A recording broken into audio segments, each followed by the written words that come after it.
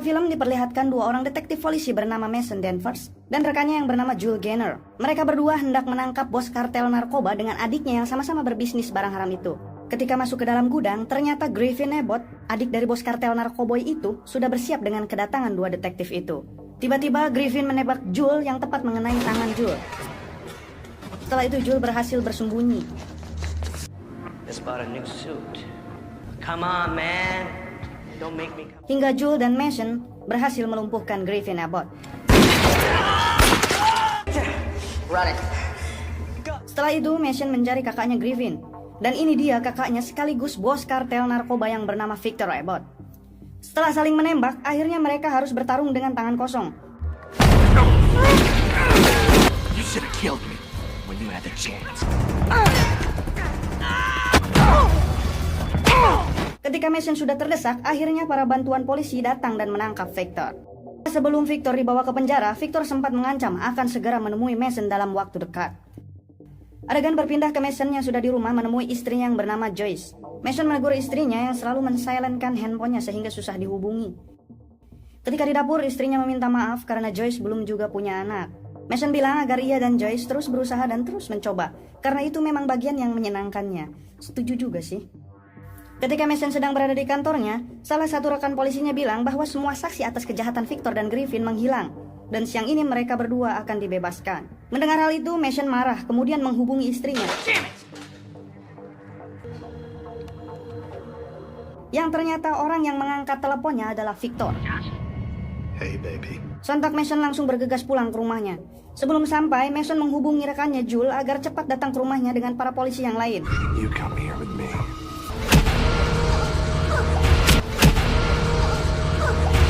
Setelah sampai rumah, Mason sudah melihat istrinya tewas dianiaya Victor. Now, Mace! You put that gun down! Now! Now, Mace!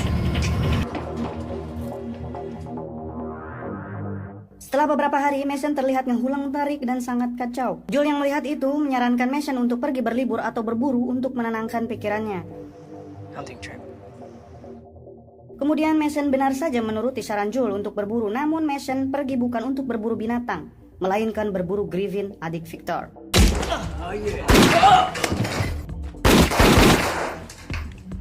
Because you don't have a wife to go home to.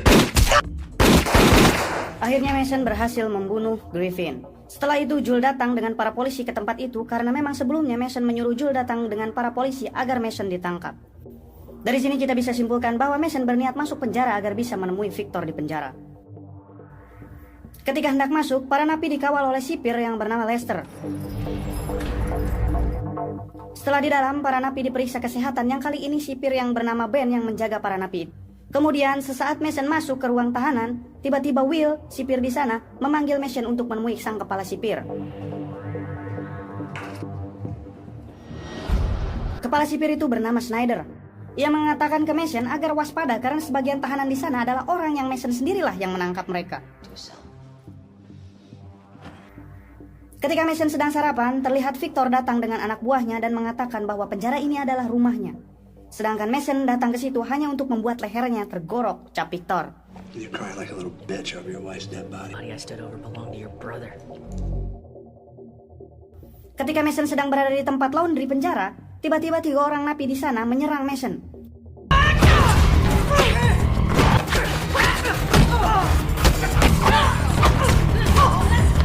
Hingga Mason babak belur. Beruntung sipir Ben melerai hingga Mason masih berhasil selamat.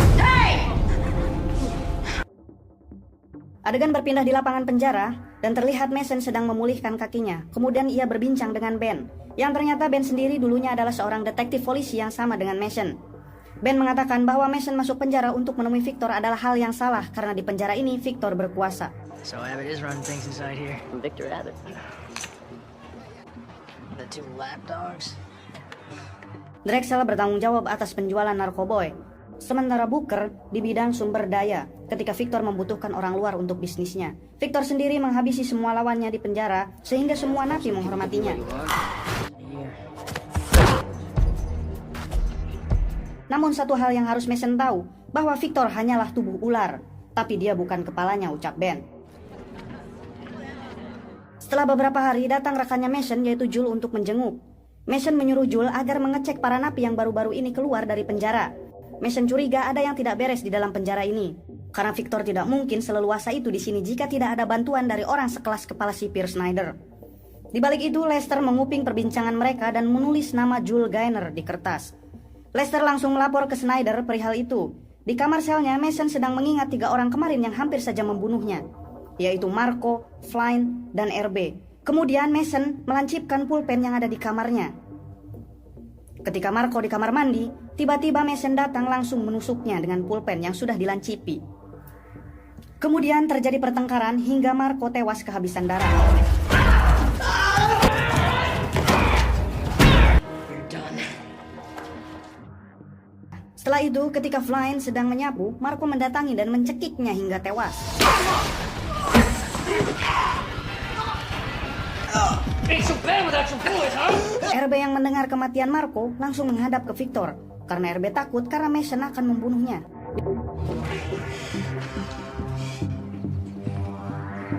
Di lapangan, Victor berbincang dengan Drexel anak buahnya.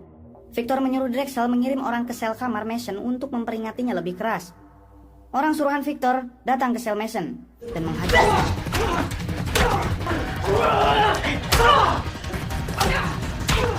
Namun Mason berhasil membalikan keadaan hingga orang suruhannya itu hampir mati dipukul dengan wastafel.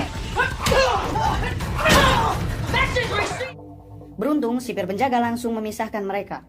Setelah itu, kepala sipir memanggil Mason. Snyder, sang kepala sipir, mengajak Mason membuat perjanjian yang menguntungkan untuk kedua belah pihak. Namun jelas, Mason langsung menolaknya. Akibat itu, kepala sipir langsung menyuruh Will membawa Mason ke sel lubang. Drexel melihat keadaan orang suruhannya itu di ruang kesehatan yang ternyata sudah babak belur. Setelah itu, Drexel dan Booker menemui Victor. Mereka bertanya kapan akan mengeksekusi Mason. Victor bilang ia menunggu keterlibatan atau perintah dari Snyder, sang kepala sipir. Setelah Mason keluar dari sel lubang, ia bekerja kembali di bagian laundry. Ketika di sana, ia mengambil tali besi kemudian dijadikan senjata. Setelah itu, Mason meminta bantuan teman sekamarnya. Adegan berpindah ke RB sedang di lapangan penjara. Ia terlihat panik sampai teman sekamar Mason memanggilnya bahwa Victor sedang menunggu RB di selnya. It's in your cell. Yang ternyata Mason lah yang ada di sana. Ketika RB datang, Mason langsung menghajarnya hingga tewas. Bad Prince said you were looking for me.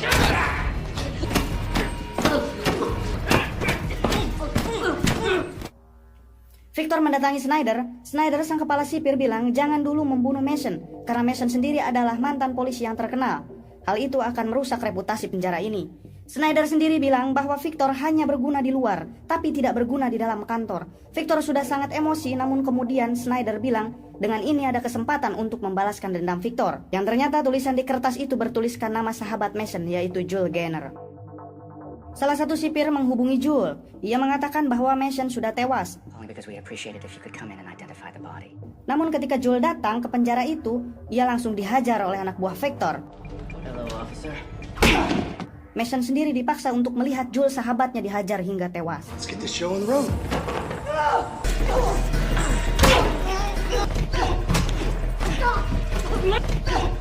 Esok harinya Mason menemui Snyder. Ia bertanya tentang perjanjian yang akan menguntungkan kedua belah pihak yang pernah Snyder bilang. Snyder ingin Mason membunuh orang-orang yang akan membahayakan bisnis Snyder di sana. Karena Mason tahu aturan polisi sekaligus pembunuh berdarah dingin. Hal itu akan berguna di luar dan di dalam kantor. Sebelum itu, Mason meminta satu permintaan ke Snyder. Snyder langsung mengiyahkannya. Tengah malam, sipir Will membangunkan Booker bahwa kepala sipir ingin menemuinya. What's it about? Ketika Booker sedang duduk menunggu, tiba-tiba Mason datang dan menyuntikkan cairan ke leher Booker yang membuatnya tidak berdaya. Kemudian Mason menyayat kulit Booker hingga Booker tewas kehabisan darah. Just like my wife felt. Ternyata itulah permintaan dari Mason. Mengetahui Booker tewas, Victor datang menemui Snyder. Ia meminta agar segera mengeksekusi Mason sekarang juga. This ain't over yet.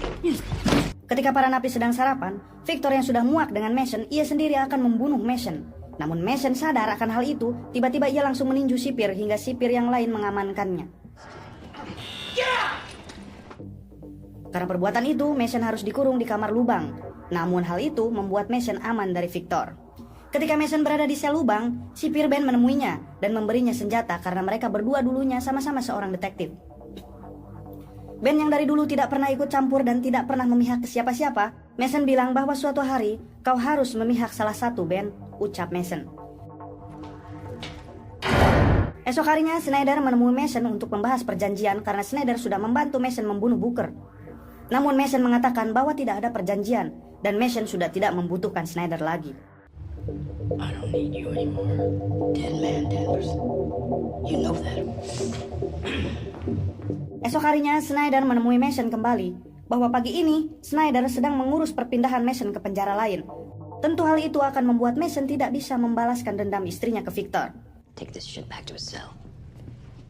Ketika sedang sarapan, teman satu sel Mason menemui Mason dan bilang bahwa perpindahan Mason sedang dipercepat karena Victor dari pagi sedang bersama Schneider di atas.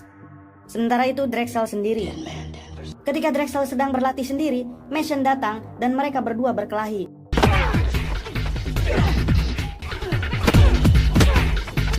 Hingga datang dua orang teman Drexel membantu Drexel, namun dua orang temannya berhasil dilumpuhkan Mason.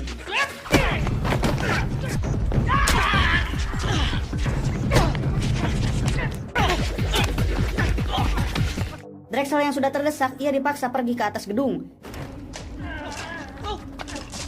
Setelah sampai di atas, Mason melempar Drexel tepat mengenai Will yang sedang berjaga di bawah hingga mereka berdua tewas. Para napi di bawah mengambil senjata Will. Kemudian membuat suasana di lapangan penjara sangat kacau.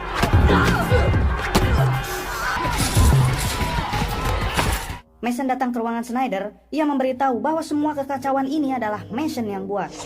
On top of Will. Dead Man Danvers. Ketika Mason di lapangan, Victor beberapa kali menembakkan senjatanya ke arah Mason.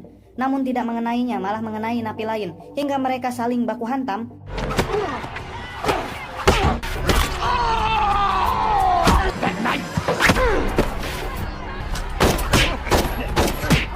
Kemudian datang Schneider yang langsung menembak Mason mengenai punggungnya.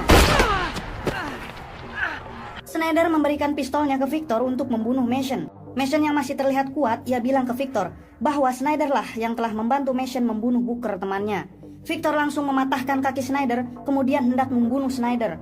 My house you've been living in. Namun para sipir langsung menghentikannya. Mason diserang oleh orang yang pernah Mason pukul dengan wastafel. Ia menyerang Mason dengan para anak buahnya, namun Mason berhasil menghajar mereka semua. Kemudian Lester menodongkan pistolnya ke Mason. Mason berhasil merebut pistol Lester, kemudian menembaknya.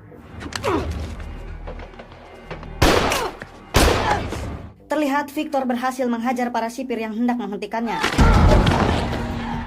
Victor menghampiri Mason dan menghajarnya.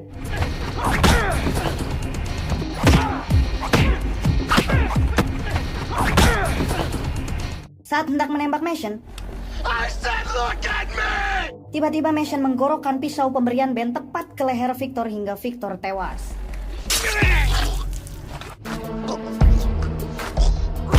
Di belakang masih ada Schneider yang hendak menembak Mason. Namun kali ini Ben menghentikannya dan menangkap Schneider atas semua pembunuhan dan penyiksaan yang Schneider lakukan. Film pun tamat.